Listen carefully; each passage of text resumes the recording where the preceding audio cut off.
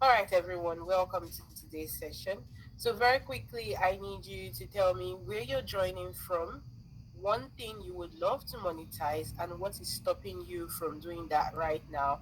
I know we have various people in the meeting on this call, and we have people who want to monetize what they know, skill, talent, research, or basically something that you own and you're all joining in from different places. So can we make the chat boys, let me know where you're joining in from. Tell me what one thing you would love to monetize and what is stopping you from doing that right now. And by right now I mean today. And I'm checking the chat. I can't wait to hear from you all. I see Elvis, Eto, Samuel, Abdul. Okay, I see Uganda. Good to have you here. Nigeria.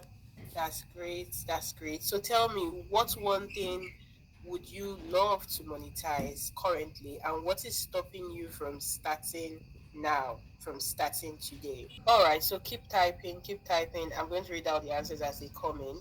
Let's move forward. Now, who am I? I am Dr. Safaya, a medical doctor in obstetrics and gynecology, who also doubles as an email marketing expert. You can find me everywhere online. I have a lot of digital footprints from Instagram, Threads, LinkedIn, even Google, and lots more. These are my handles if you love to connect with me. Of course, my full name is Ibanwa Safaya Benwari. I see the chat, Elvis from Nigeria, online consultation. That's a very good one. The reason you have not started, so this person says financial knowledge. The reason she has not started is because she doesn't think she has gained enough experience yet. That's good. Thank you so much for sharing. Keep your answers coming in. Let's go ahead. Now, you might be wondering, right, who exactly is this person talking to you? What do I do really? And where will you find me? What is my story? I already told you that I'm an obstetrics and gynecology resident currently practicing, and I'm also an email marketing expert. Two very diverse things, and you might be wondering how did this come about? I'll tell you that story. So currently, that is what I do. When it comes to the email marketing side of things, I either do it for people or I show them how, which means that I offer both coaching and services. Now, what is my story and how exactly did I start? Did I get into here?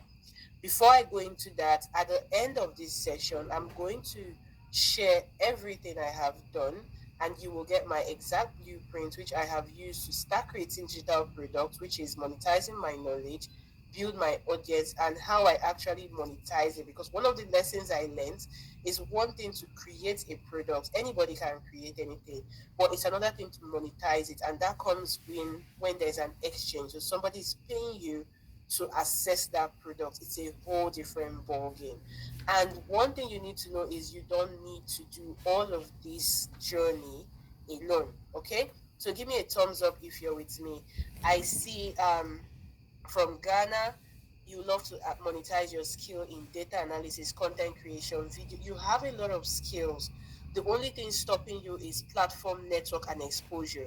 And I just mentioned that I'm going to show you how I created it, how I built my audience, and how I monetize. So I'm so sure that at the end of this, you're going to have answers. So, what is my story? How did I get here?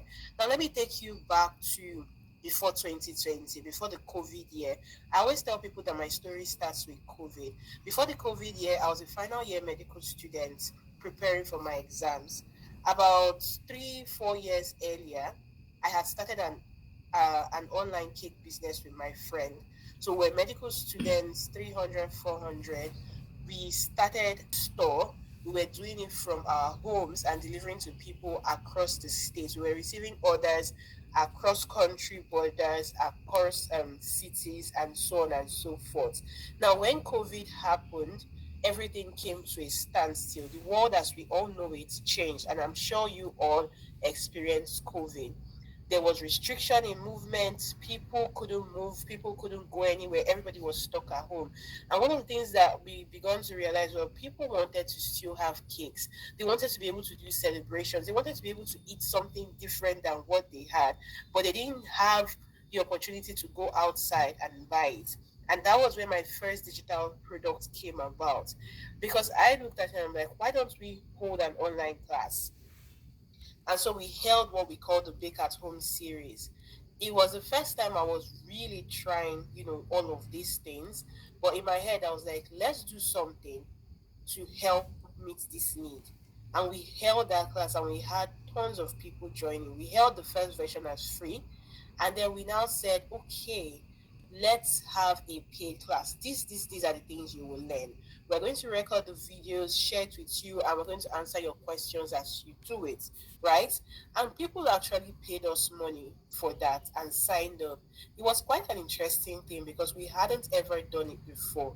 We had seen people sell online, but we had never tried it. And that would be the first time I would monetize my knowledge. The next time that would happen was when I started doing Canva, and it stemmed off this opportunity, right? So I used to be the one to do the designs for the business using Canva to play and all of that. And during this particular class I talked about, somebody asked me, how did you create the ebook? Did you do it by yourself? And I'm like, yes. And this is like, oh, I really love to learn. And it just stuck in my head. What if I created an ebook design class? And so I decided to record videos. I decided to put that together. And then I decided to start, selling that. And I'm going to tell you the mistakes I made, right? Because people wanted to learn, or because one person indicated interest, and I was like, let me do this. And in doing that particular one, the sales were slow. It was then that I learned that it was one thing to be able to create. Anybody can sit down, record, and create. But it's another thing to get people to buy it. And the link between people buying it and actually creating it and actually, doing the building and creation is a need. So instead of wasting your time to create and do all of those stuff, and then you come and see one sale, two sales, and you're like, all my hard work, all my energy, you need to be able to identify the need. And the second thing I realized was that you can do it backwards. So instead of creating and then selling, like what I'm doing today, I am selling first and then I will create it, right? So that was a mindset shift that I realized. A lot of us feel like, oh, I need to create all the resources, I need to record the videos, I need to learn everything I need to know. What can you do today that can help somebody coming behind you? As at when I was, offering Canva, right? So I cut my story short. So I created that ebook course, and then I had to scrap it along the line. And what I created was a full-on Canva design course, right? And it was called Road to Becoming a Canva Creator. I think that was like the first name that I had for it. Full on Canva course. So it was a course teaching people how to use Canva to design. I taught them the elements of design, taught them the principles, show them how to combine colors with color psychology, and then I taught them how to use Canva to do all of that. Mind you, I never answered the name graphic designer. I had never been a graphic designer in my life. I was just somebody who used Canva to create results for myself, and people saw what I could do. And then they want never answered graphic designer. I used to run away from it because I felt like graphic designers were people who knew how to use all the big tools. They knew how to do all the fancy designs and all those things you see. And I didn't know how to do that. But it's quite funny that I saw that course not once, not twice. I had two cohorts that were live, and then I turned it into a pre-recorded class. And many years after I stopped selling it. People will reach out to me and be like, "Oh, I told somebody about that your Canva course. Is it still available? Oh, can I get access to that Canva course? Why? It met a need." And so, to this person who says the only thing stopping you is because you think that you haven't learned enough. You can never learn enough. You think you haven't gained enough experience. Is there something you can do now that can help this person achieve the results they want? Do you understand? That is what it is you should be asking yourself and the need you should identify. Now, fast forward till today, in building that Canva course, I wanted to sell it. In trying to sell it, I faced a challenge. A lot of people I was following were telling me the money is in the list, the money is in the list. I should create an email list. And I did. And it was frustrating. It was annoying. It was not working for me. I did everything I felt that they told me to do, and I was not getting the results that they said that I would get. And in doing that, I started sharing my journey online. I started talking about it. And this is something that I need all of you to do, irrespective of where it is you are. Do the people around you know that you have financial knowledge? Do they know that you know data analysis and content creation? Are you talking about it? Do you understand? I'm not saying start selling. I'm saying start talking about it. Start showing your work. Start showing your struggle. Start showing your journey, even as you prepare to go ahead and monetize. And so as I was showing my work, somebody reached out to me. He's like, "Oh, can you do this for me?" Someone else is like, "Can you show me how?" And I would just, answer people's questions. And I realized at the point that anytime there was anything email marketing related, people would tag me to answer the questions. And people reach out to me, it's like, "Oh, do you have something that can help me do this? Do you have something I can watch?" And I'll give you like free resources. I'll record a video, put on YouTube, share. And along the point, I realized that I could turn this into a whole course and send to people. And so I now created that digital product. So one thing you will realize is that almost every product I've created came from a need. And let me tell you a popular quote before I go fast. This is something that I have lived by and I have walked by. If you want to go fast, go alone. But if you want to go far, go together. I believe that together we can go far. This is something that I put in everything that I do. Because you can sit down here and struggle, or you can wake up and ask somebody a question to help you. All of these products I created came from a need. But it did not mean that I did not face challenges along the way. It did not mean that I did not struggle in one form or the other. One thing that helped me was asking questions and leaning on the feet or on the shoulders of those that had gone ahead. So at a point, I got a mentor. I started all my learning and finding information through free YouTubes. At a point, I started paying for stuff and getting to talk with people. I didn't pay for everything. There are some things I got access to by favor. Do you understand? But I leaned on the shoulders of those people who had gone ahead of me to ensure that I made less mistakes and I did not so much of trial and error as opposed to being able to achieve what I wanted to do. If you're still with me in this conversation, can I see a thumbs up? Today, I have three core digital products that are always available, and one which is not here, which I do once a year, right? The email marketing briefcase started around 2021, 2022, thereabouts, where I launched it for the first time. That was when I released this digital product. Since then, we have gone on to help over 100 people with this one course to master email copywriting and marketing. People who have taken it and be able to achieve a result. The email clinic is a one-on-one conversation. We started out as me doing free consultation for people. Where people be like, "Oh, can I ask you a question?" I'm like, "Oh, let's schedule a time." And then along the line, I turned it into a paid session. And the 5 days email marketing crash course, it actually started as a 5 day challenge, a 5 day implementation lab, which we held for 5 days. And then I took that 5 day implementation lab and packaged it as the 5 days email marketing crash course. So the first time we held, it was a live implementation lab. Every day, one live class with assignments and resources. At the end of the day, I put everything together and called it a crash course. All of these stemmed from needs that I saw. Now, these are the core products that I have. The mentorship, which is not here, is very simple. It's the most intense of everything that I have.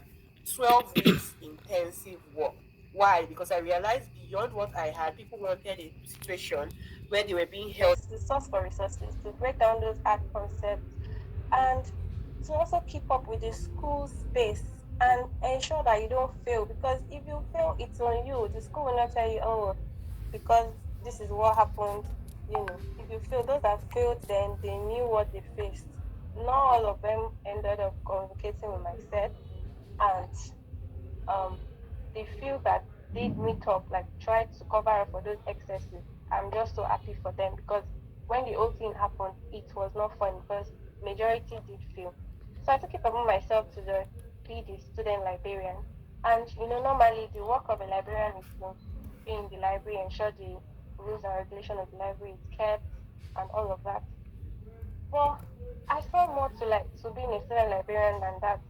And that was actually giving back to myself, giving back to my mates, and even my juniors as we went on. I didn't like I what I did was whenever we finish a class, I make sure I go to either the lecturer or I go to somebody that understands that particular topic better. I break it down, I summarize, I pick the key points in that particular course and in that particular topic. I note it somewhere. So when it's almost time for exam, I collate everything together. I snap and I send to my mates. When I started then, that is how I actually do my reading. So I was like, let me just share this to my mates to just anybody can find it useful. When I started then I didn't know it was going to be of huge help. So that semester, the first semester, it actually did help, the few people that went through it. And then second semester, more people started paying attention to whatever I sent to the group because the testimony from first semester went into second semester. And then when we moved into the next session, which was the 300 level, those that were in 100 level that were going to 200 level, they needed the help. So they went through those jottings and it helped them. That was how, in fact, my jottings became more popular than I am. Because aside from nursing courses, there are general courses that we did with other departments, like all these GNS courses.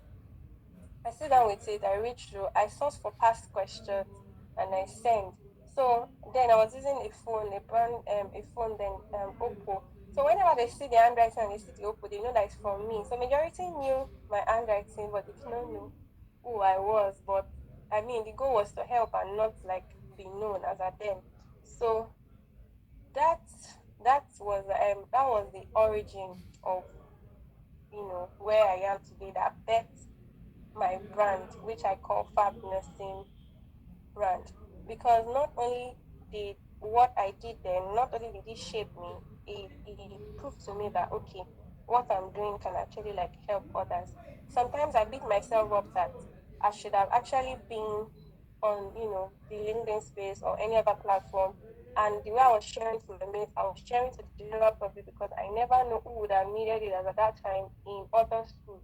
Because I only got that initiative when I was done with school, when I was waiting. I was like, what would I do with this my time?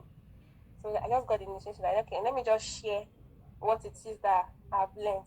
But because I don't know the course you are learning at that particular point, I decided to streamline it to just professional exams. So in my final year, I decided to let go of the position because if I continued like that librarian work, not only am I going to, you know, be catering for my set, I'll be catering for four other sets below me, and I didn't have time for that at all because I'd already foreseen that I was going to have three professional exams, which is the registered nurse, registered midwife, and the public health nursing exam. Then those three professional exams, there is this thing we call pre-council, in which each of these exams I have to do pre-council for them. So that makes it six exams. Then aside from that, I still have my semester exams, which is the first semester and the second semester. So that's like eight major exams. And aside from that, there was seminar, and then there was research writing for my BNSC program and defense. So it was a lot. So I just really had to focus on myself and let go of the position. Then aside from that, they were like the Nuncia Association. They said if you had already gone for a position twice or you've already, done two tenures, you don't need to go again. So I mean just that just helps my decision. Because many people are like, I should go for it, I should go for it again. So that was what bet, Fab Nursing brand today. Now, how did I move into the digital space? When I started this brand, all I knew was just I want to help other students from other schools. Like I just wanted to share, and I think I started up on YouTube, but because of me moving about, there was no time for me to be recording video as I presumed to edit the videos. So I stopped at some point and I was like, okay, where do I go to? So I started on LinkedIn because it's easy for me to just type it out and then just post it. So I decided that okay, let me just build on this space pending the time I will get my internship slot, I'll be able to settle down. And if it comes to video content, I'll be able to, like, start the video content. So LinkedIn was a perfect place for me. And, you know, like I said, the reason I tested for LinkedIn was because I was traveling from one state to the other. And as at April was when I started to take it more serious, because from November, December, that time I was still having like a whole lot of hope that I would start internships, so not knowing the hassle that comes with it. In January, I was going about for exams, interview. February, two interviews. March, two was interviews. I applied to like over 15 places, and it was just a whole lot. So in April, when I already saw that, okay, out of the 15 places I applied to, like, I've already done exams in like five places, and you know, three had already rejected me. The remaining two was pending. So I was like, okay, I'll just wait on these remaining two. So while waiting on these remaining two, what do I do? I collaborated with two other people to create a masterclass for those that were going to write R.A.I.N exams in May. And R.A.I.N exams is a very important exam in nursing, because if you don't pass that particular exams, you are going nowhere. If you're passing school exams excellently and you fail that particular exams, you are not going to go anywhere, because that is the basics. That is what nursing council wants you to pass to give you the license to practice. So if you don't pass that exam, you are going nowhere. So I was like, okay, let me just, based off of what I collated in my final year for to prepare for my own RN. And let me tell you, I didn't even know I was going to write RN until a month to the RN exams, because of this whole first set thing. So NASA transfers to accreditors, and you know 6 months to the time, there was no accreditation. 4 months to the time, no accreditation. 3 months to the time, no, we're not sure. But our VC, everybody, they were just preparing us just in case. But most of us didn't really take it serious. Especially me, I didn't take it serious. Although I was jotting, I was getting all the resources that, okay, if at all is now sure, this is what I'm going to, like, read. I was like, I'm not sure if I'm going to write this, but just, I didn't take it serious until the exam was May.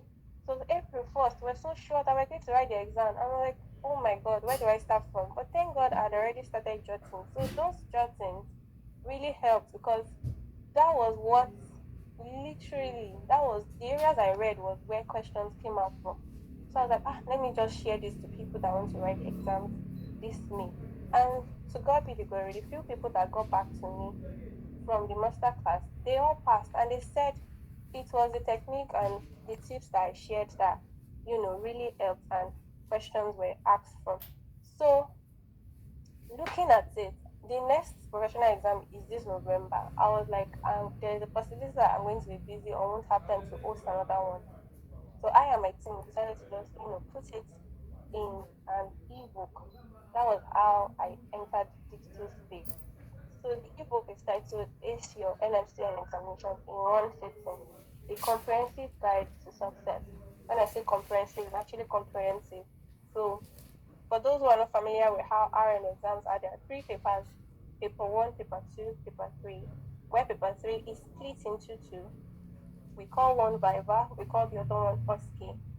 The Viva is an interview with a one-on-one interview with your examiners, where they ask you questions on various areas in nursing. It could be your project, it could be your case study, it could be models, it could be instruments, it could be anything. In the OSCE, there are over 20 nursing procedures, in which only three would be brought out, and you don't know which of the three it is. So the guide to cover all this procedure, the guide to know how to answer questions in any areas asking Viva is literally inside this ebook. Now, have I made much progress as I thought I would? Absolutely not, because in the beginning of the year, I was just like, oh, I want to help all the nursing students in Nigeria. But I've not been able to reach out to all nursing students in Nigeria. I've just like in the past, and I'll just give you like a breakdown of how my past 8 months has been, aside from what I spent while waiting for the internship. I've hosted 300 plus students for R.A.I.N exams. I launched an ebook to guide even more students, and I was reached out to. Now this is where the LinkedIn helped me, because they say you keep posting, you don't know who is watching, and because of the launching of the ebook, I was reached out to by an organization called New Generation Nurses. So they wanted to, spread their an organization founded in Ghana. They wanted to spread their wings into Nigeria, and they reached out to me to be the face, because they saw that I was so, interested and passionate about helping nursing students. And I gladly accepted it, because I mean that is my goal. So I've shared tons of tips on my platforms to help nursing and midwifery students. And along the way, this one really hit, and it happened it happened last month. So due to the weight and everything, I was raised by my grandparents.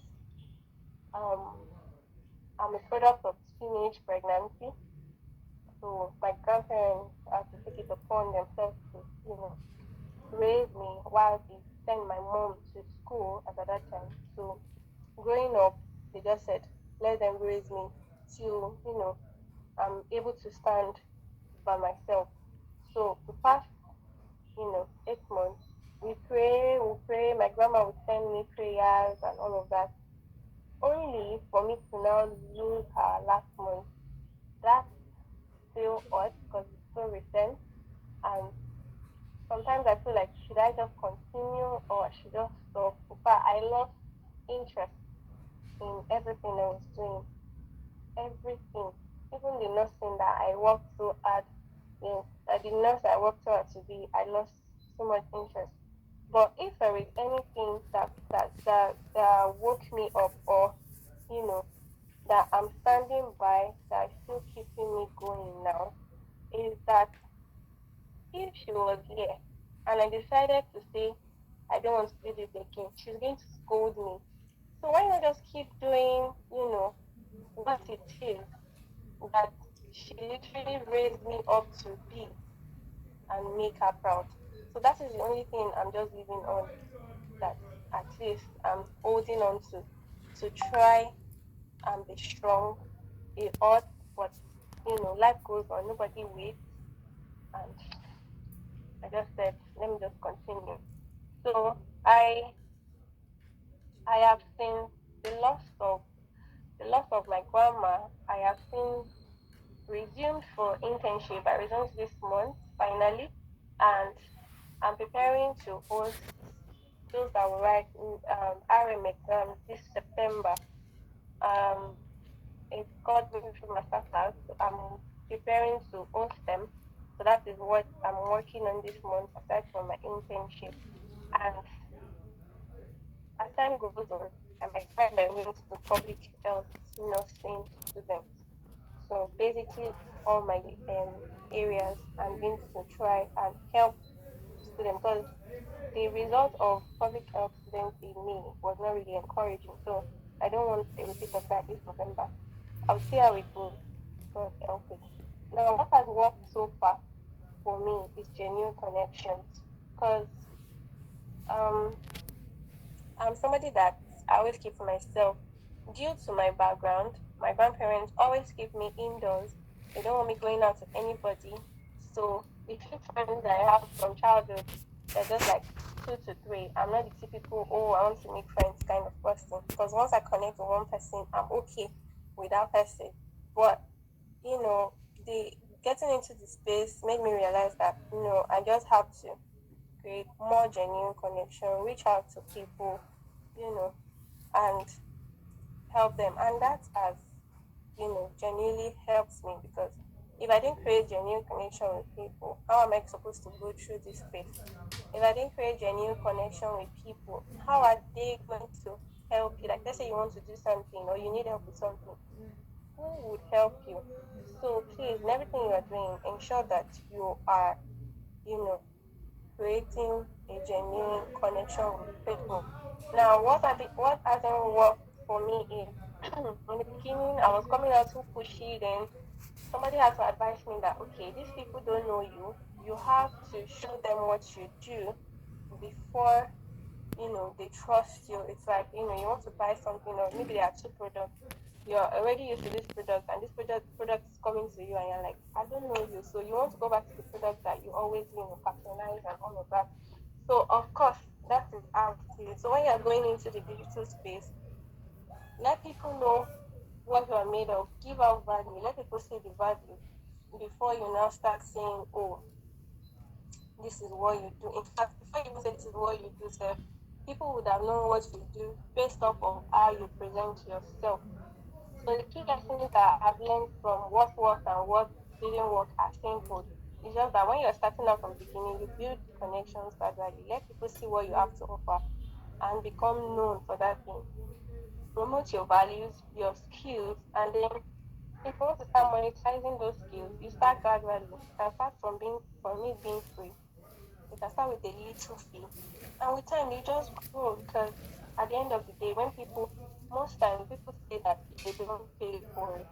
They pay for perceived value. Like, if this person is doing this, the thing you are doing, they look at the two of you and be like, oh, who would I learn from more the most? Or who would I gain from more the most? They tend to go for the person that they will go gain from.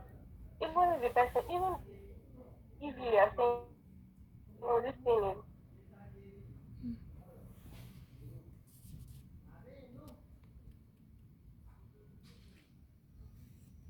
2,000 naira, and that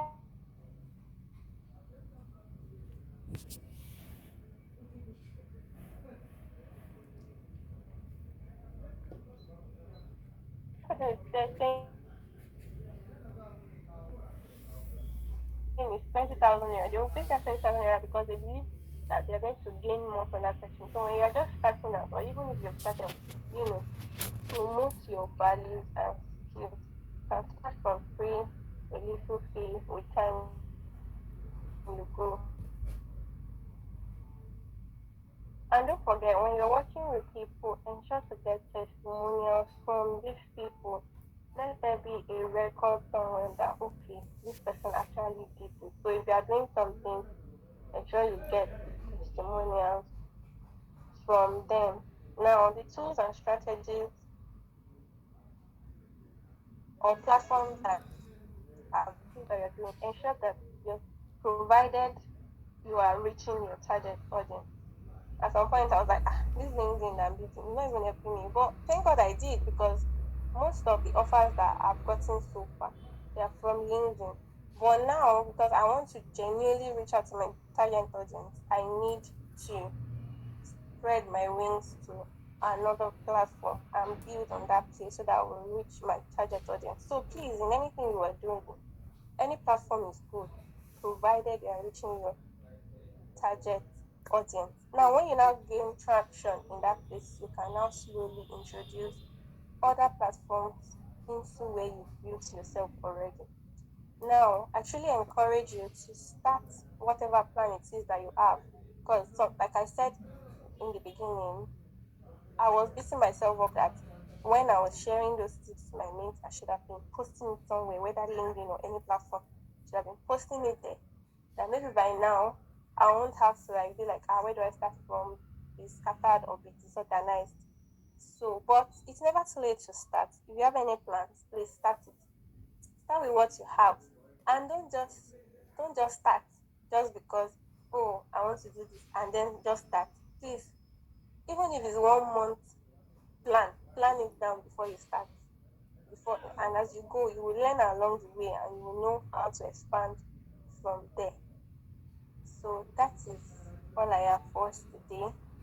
And I wish you good luck in anything or any endeavor you engage yourself into. Thank you.